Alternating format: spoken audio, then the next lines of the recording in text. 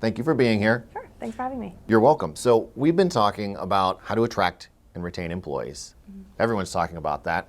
And one of the things that we spoke to you about was work-life balance. That's something that a lot of employers are trying to adjust to make their workplaces more attractive. Could you talk a little bit about what you're doing at OhanaLink?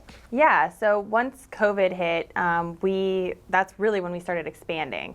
And so we started with a work from anywhere environment to begin with.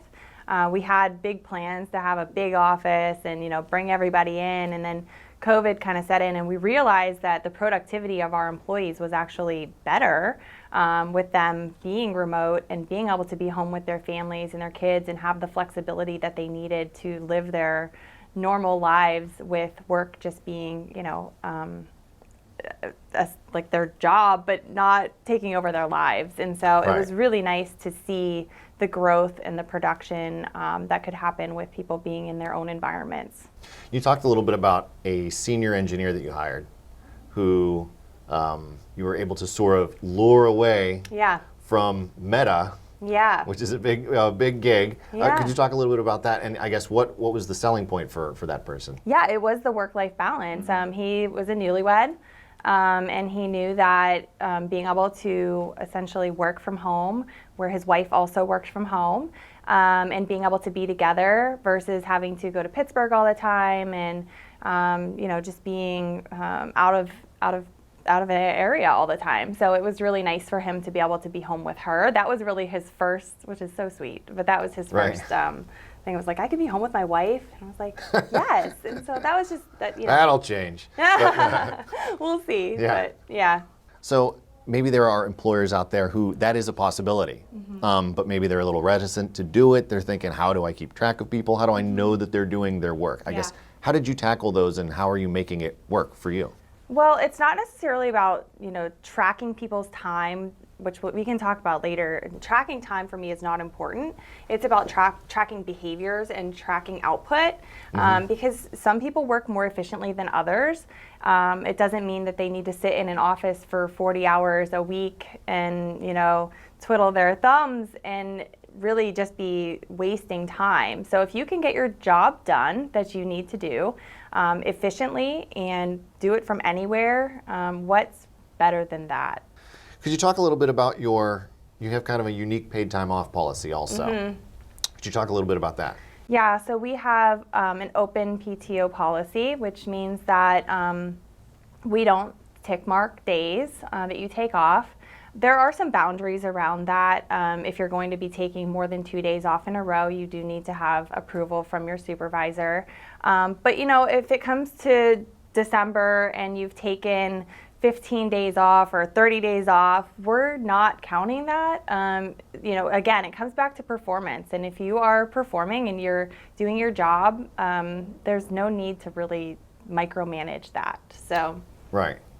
So as long as if you're happy, you're getting what you want, the employees are happy, take the day off. Take the day off. And I never want someone to be like, oh, I don't want to take this hour to go see my kid at school during their play or something like that, because if I use that hour here, then I have to, pull it from somewhere else, maybe vacation and I never want my employees to feel like they have to, sacrifice time with their families. And that's really what it's all about. It's a family first environment. Right. And being able to have the hours that you need to either go to the doctor or go see your kids, it's just, there's value in that freedom for employees. Have there been any challenges to doing it this way? No. No. No, actually what easy. What I find is, people work even harder. And sometimes I'm like, please go take some time off, because, having that freedom and flexibility, it's a lot less stress on them, I think, day to day. And also they can work non-traditional hours. So like, my marketing manager, she doesn't even live here. She actually lives in Ohio. This is Ohio. Oh, this is Ohio. Right. We're in PA. yeah, but I know. she's actually by Columbus. Okay. Yeah, so she's way over there. Yeah. But, and she works with her babies at home on her lap, and they join our Zoom meetings. And I saw that. Yes. And so it's just really, really great. And also exposing these kids to a different experience than the most of us had, where my parents went to work and we went to daycare, and that's just the way it was. So. Well, I was going to ask you, because this wasn't your original gig. Yeah. And you are a mother of two. Yeah. Correct. So I guess, was that your experience when you used to work before? Was there some times where you kind of felt a little pulled in every direction? Yes, and I feel like, I talk to the kids now about it because I felt like I was just trying to get through, and like, you're just trying to get through every day, versus being able to be really present with your family. And so I knew that when we were rolling out remote, that being able to, and even when I worked at the bank, if you were at home, you had to prove that your children were not there. Oh, okay. And so it was like, if you were working from home, you still couldn't have your kids there. And so I always wanted that flexibility for my team when we launched. So awesome, and it's working out. It's working out great. Yeah. Awesome. Well, let's transition just a little bit and talk about what OhanaLink is for anyone who doesn't know what it is that you do. So I guess, what is OhanaLink? Yeah. So we built a platform that enables us to build solutions, starting with mobile apps. We're going to get into IoT devices, web applications, but the platform is really universal, and it creates security and privacy and communication and customized support tools for a variety of industries. So let's start with, you were in banking, I believe. Let's start with how you got the idea, because it just came out of a personal experience, I believe. Yeah, so I missed the birth of my niece because of bad communication. I was, group texting and Facebook messaging and all of these things that were not secure or private. And I really wanted a more customized solution that would provide, the support tools that maybe my sister needed as an expectant mom, that we could all be involved and support her. So I started looking for an app. Like, I was actually searching like mobile waiting room, or, why doesn't a hospital have a waiting room that's on your phone that everybody can join? Right. And, we can send cards to her, we can send gift cards and all of these things. So I started searching for that, and I couldn't find anything. And then I had a couple other health related experiences within my own family, and I was like, this communication is just so bad through group texting. It's not good for the person being supported. It's not good for the people that are trying to be supportive. And so that was really what started the need for a better solution. Okay. So how did you come up with, could you explain, like, in a little bit, like, kind of paint me a picture of what it is your app does for, let's start with that situation. Yeah, so OhanaLink is the first app that we built. And it's in the App Store. It has 3 mobile waiting rooms essentially in it. That's baby, health, and health kids. Okay. And each one enables you to add your family and friends. It's an invite-only system, so very private. And there's tools in there like the Ohana cards, where you can send them, gift cards. There's a gift shop. There's a planner in there, so you can share upcoming appointments. There's an update section, so the admin or parents or the caregiver can post an update, and everybody gets the same information at the same time. It's accurate, it's timely, and everybody's getting that same story. So that telephone game of, well, she said this, and I got the other update, and we eliminate all of that. Especially if it's a medical situation Yes. where a little bit of confusion can Yes. be bad. Yeah, and that actually was what happened in my husband's situation. He was hurt at work, and my dad was like, it's not looking good, and he's sending my sisters these messages, and so they're blowing me up, and I'm like, no, he's okay. Oh, okay, good. And so that again had me thinking, like, gosh, if everybody was just getting the same message at the same time from the source, whether it be the caregiver or the patient themselves, if they're able, that would be more ideal. It's like that game of telephone. Yeah. And you figured out how to solve it. Right. Right. Hopefully. Yeah. Well, let's go there actually next, because like we said, you were in banking, correct? Were you working in banking when you came up with this? Yeah. So if I came up with an idea, and I come up with ideas all the time, I'm sure everybody does, for an app, I wouldn't know the first thing to do. I didn't either. Okay, well, what did you do? I just started. So I actually was at work, and one of my bankers was like, what is wrong with you today? And I was like, I have this idea. It's just making me crazy, and I need to make this app.